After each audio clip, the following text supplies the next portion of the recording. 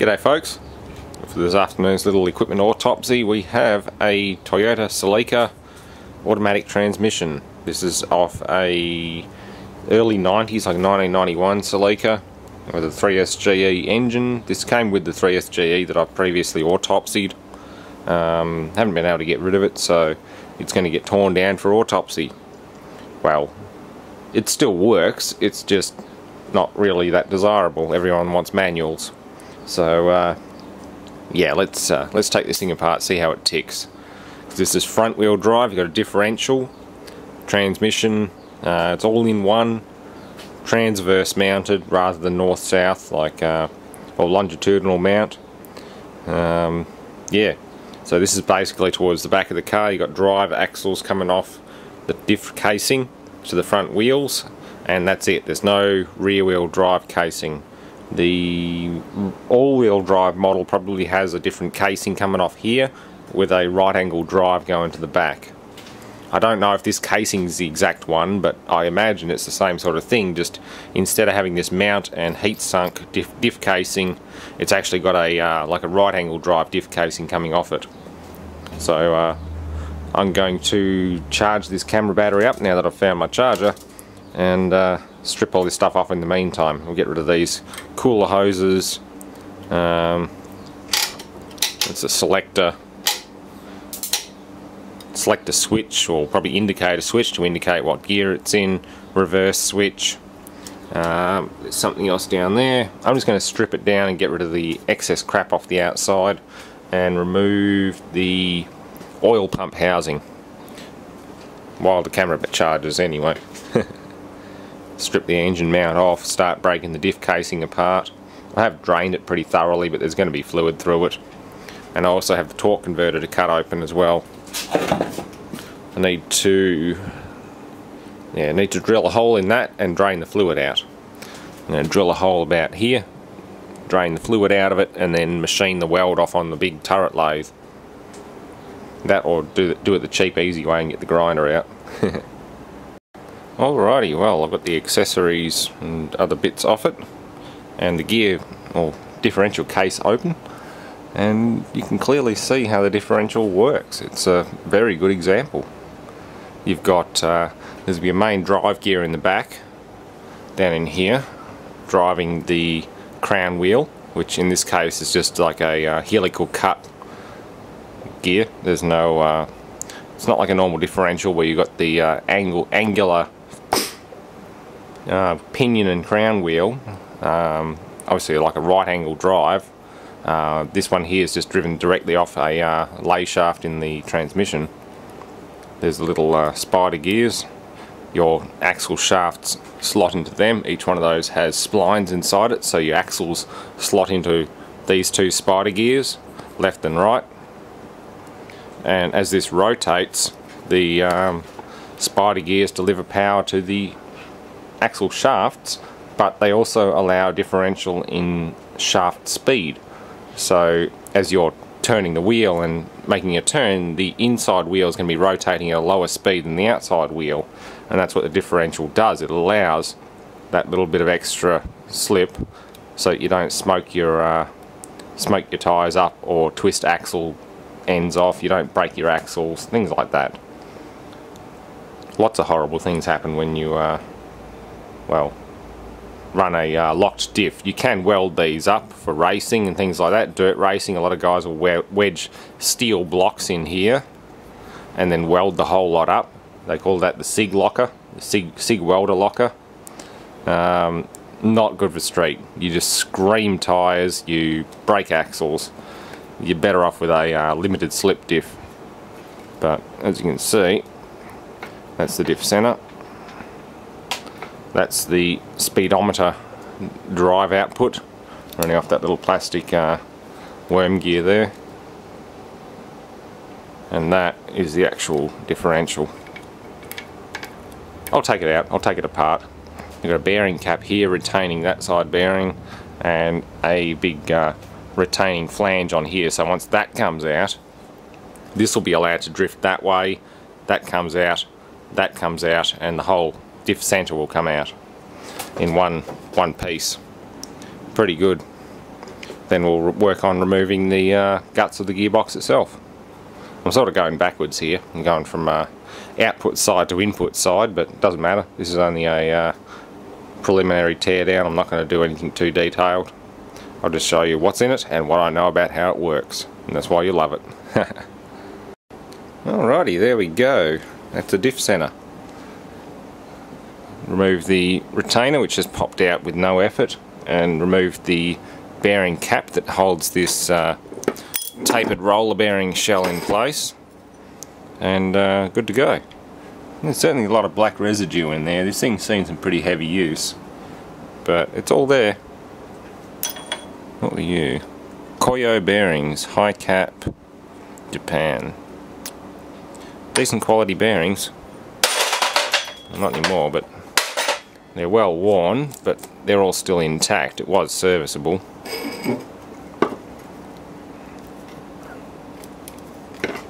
If I were to remove that pin there, I'd actually be able to drift that pin out. I'd actually be able to drop those spider gears out. I'm not going to bother with that. I don't really need to. But yeah, you can see what we're up to. And there's the actual output from the transmission going to the diff through here. It's a counter shaft or lay shaft. This little plug that was in the side of the case isn't what I thought it was. I thought it was like a vacuum modulated, well, not vacuum, but electronically modulated solenoid, but it's got nothing on it. I'm guessing these are inductive pickups, or at least two of them. It's only 2 wires, and there's some ferrous material stuck to this little rotor here, so I'm guessing this is just an inductive pickup, electronic pickup. Anyway, I'm going to clean up the waste oil, and we'll get on to breaking apart this case. It's pretty good. I've already removed those from the oil pump housing. I'm going to remove the back half of it first, and then try and drag the gear clusters out from the front.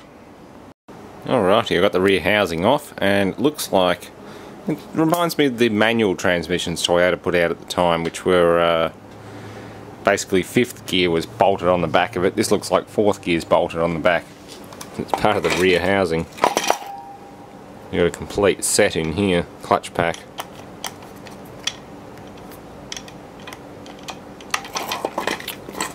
Yeah. There's the output shaft that goes across through there to the differential. Yeah. You want to come out.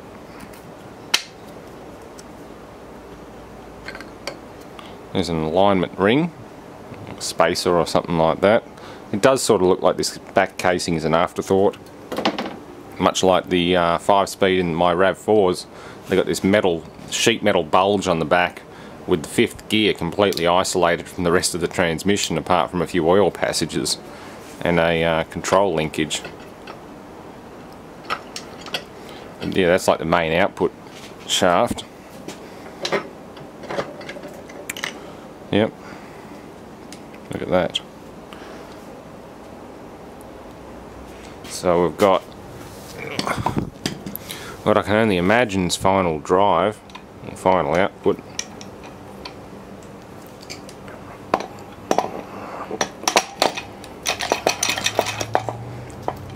If all those clutch discs align, that'll drop into place properly, and yeah.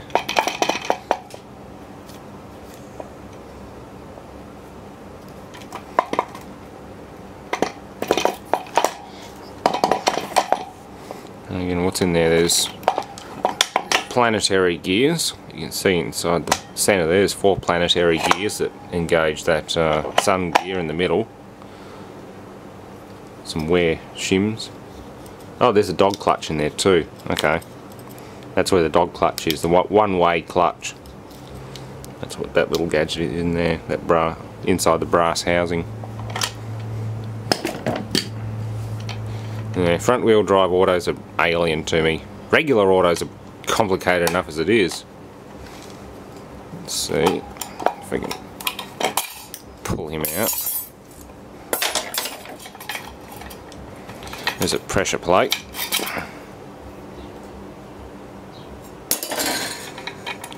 And we'll start removing discs.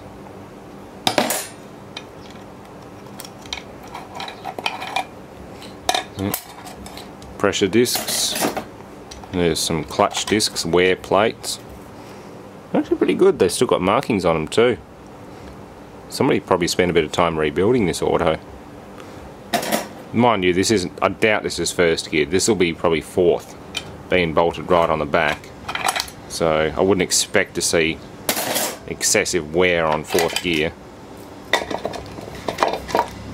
There's a nice little thrust bearing. And a second. It seems like there's only 2 friction discs. The rest of them are all solid metal back to back. So yeah, this will be final drive. This will be fourth. I hope. Again, I'm not an Autotrans expert, so don't take my word for it.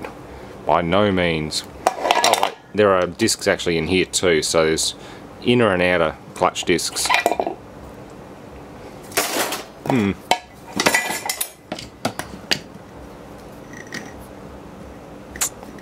That's a fairly solid little.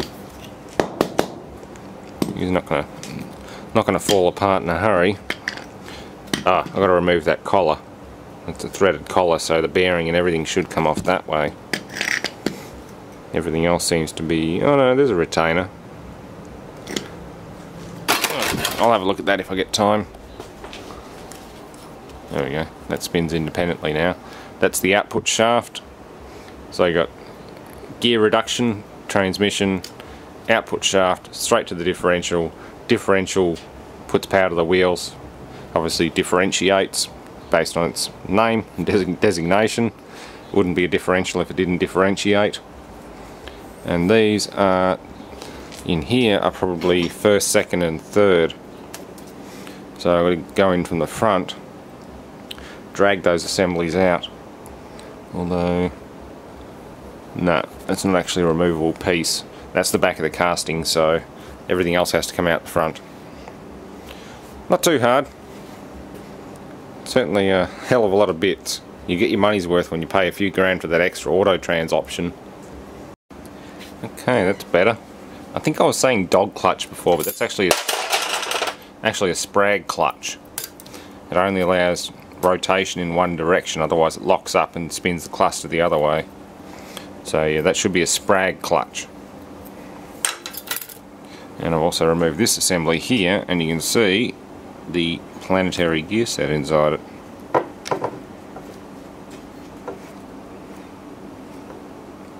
Pretty neat. I'm not going to bother dismantling it completely, there's nothing salvageable. But yeah, that'll be part of reverse gear.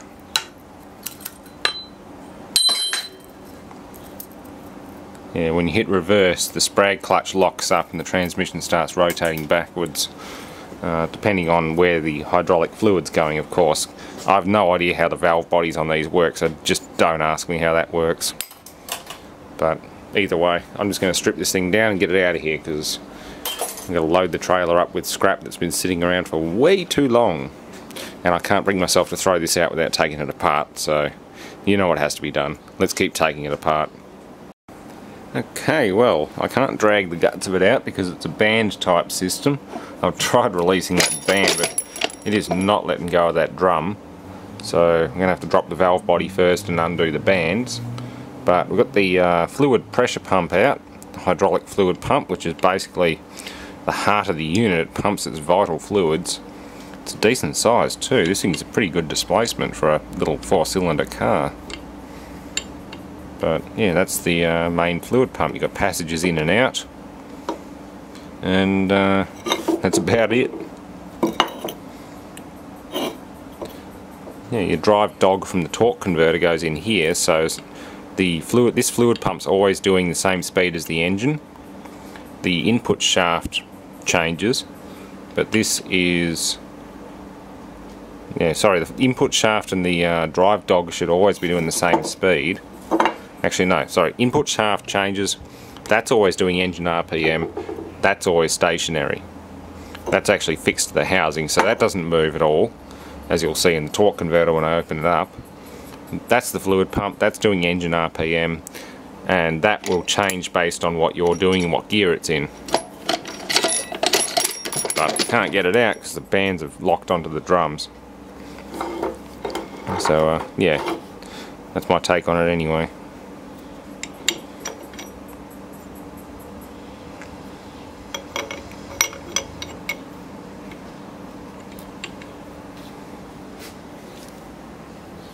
Okay, well, valve body.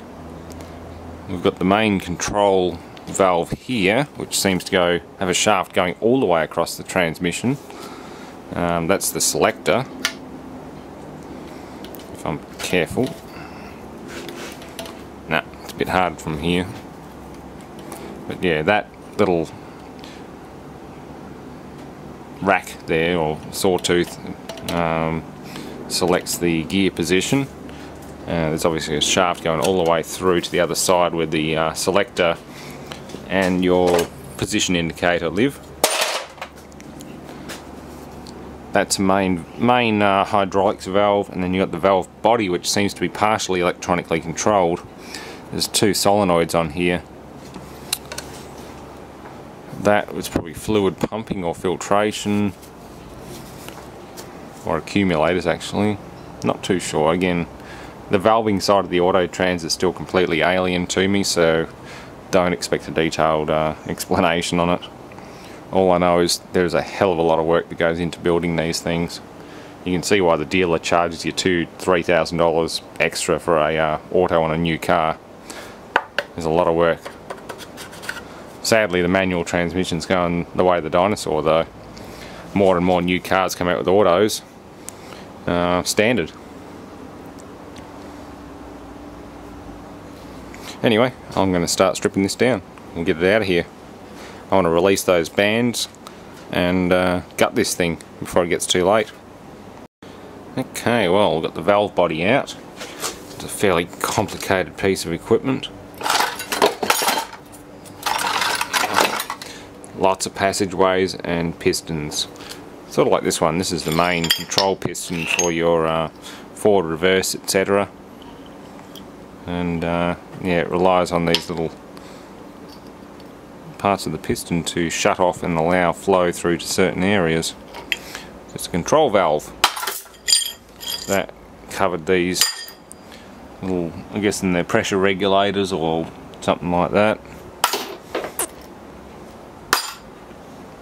That was all covered up by those that plate. That one don't want to come out. The other two flew out when I took the cover off and sprayed me with fluid.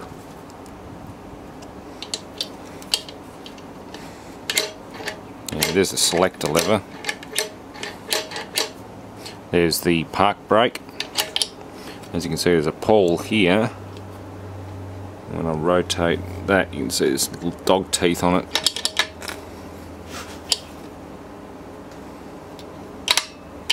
Yeah, so it's park brake engaged. Now I've got to get that band off. That band is making things difficult. It's only one band though. Must be the main drive band. As soon as you hit drive, that band locks in and that drum stops spinning, transmitting power from the shaft. When you go into neutral, the band won't be spinning. Oh, sorry, the drum will be freewheeling, sorry. Yeah, drum freewheels, then the band locks it solid, and the planetary gears start transmitting power to the rest of the transmission. That's my guess. Anyway, there's a lot of oil in this thing. It's a mess. It's a good thing I got a steel table and a pan underneath. Yuck. It doesn't smell too bad. At least it's not carbon black like some autos that I've found. I've been tempted to do autopsies on front wheel drive autos before, but the only ones I could find that weren't still in a car were just carbon black inside, like they were all ground up. They died a horrible death, and yeah, my hands wouldn't be the colour they are despite handling this relatively nice smelling fresh fluid. They'd be a lot nastier. and I'm not going to do that. So yeah, even though it's bleeding all over my table, it's actually a very good patient and very clean one. Alrighty, well, managed to forcibly remove the band. I couldn't get the pin out, but the drive band is out of the way, and now we have the main input shaft, complete with fluid passage hole for the torque converter. Goes down the guts of the input shaft. The thrust bearing, a lot of clutches.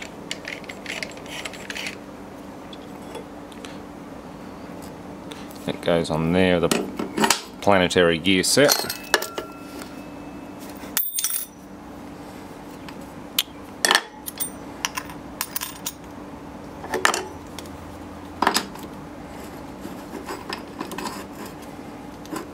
Yeah, that will fit inside there.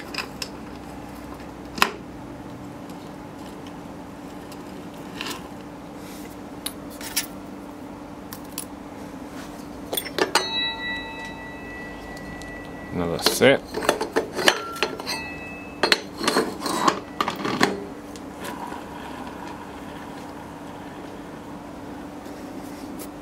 And there's a retaining clip in there holding the last set in there.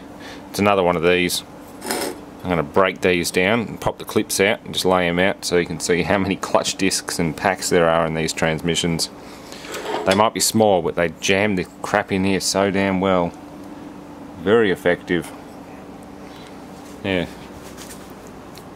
Toyota Celica transmission, pretty good stuff. I'm not going to have time to do the torque converter today, but we've done the transmission, which is good. So yeah, let's break these clusters down, get that one out, and then start hoiking stuff into the scrap bin once I'm done cleaning the oil out of it. I don't need oil leaking everywhere all over my trailer. Actually no, it might actually help solve the rust issue.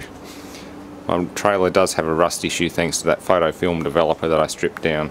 The chemicals that leaked out of that thing just eat steel like something you would not believe. So yeah, I might just tip all that straight into the trailer. There we go, finally got them all out. There was another set behind the one that we could see before. So yeah, 4 speeds, 4 different, probably 5 or 6 different clutch packs to control them all. And it would clamp the band and hydraulically clamp different sets at a time to control the amount of power and speed coming out of the transmission. Again, I'm not an auto expert, so don't hold me to it.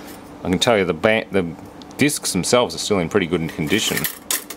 These are the rearmost ones. That's second rearmost, third and fourth. That's actually the input shaft. So there's the input. There's the one preceding the input, the one after that, and the one after that. And there's also that one there, which was on the rear end, the most outer end of the casing, in there. So it'll be combinations. There's no specific clutch pack for first, second, third, fourth and reverse.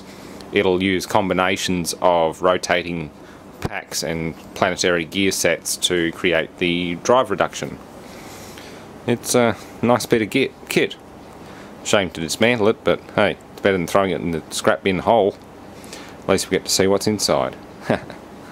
Thanks for watching. I'll do the torque converter another day. I don't have time to do it now.